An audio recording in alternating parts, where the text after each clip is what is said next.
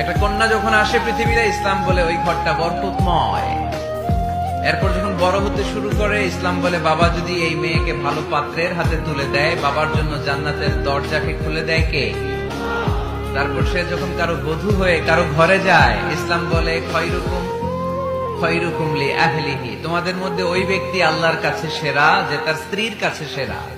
কার কাছে সেরা? আপনি আল্লাহর কাছে পছন্দনীয় হতে হলে আগে আপনার স্ত্রীর কাছে পছন্দনীয় হতে হবে। আপনার স্ত্রী যদি আপনার A+ দেয়, আপনি আল্লাহর কাছেও, কথা বুঝে নাই বোধহয়। আপনার বউ যদি আপনারা দেয় A+, আল্লাহ দিবে কি? আপনার স্ত্রী যদি আপনারা দেয় A-, আল্লাহ দিবে কি? আপনার স্ত্রী যদি আপনারা F দেয়, F ওই যে ফেল, তো আল্লাহ কি দিবে? আজকে যে ভাবিরে ধরবেন, কি দিবা? কও কি দিবা?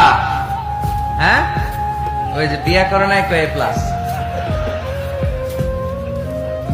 স্ত্রীদের সাথে বিষ্ণু ইসলাম অনেক খুনসুটি করতেন, অনেক ভালোবাসতেন স্ত্রীদেরকে।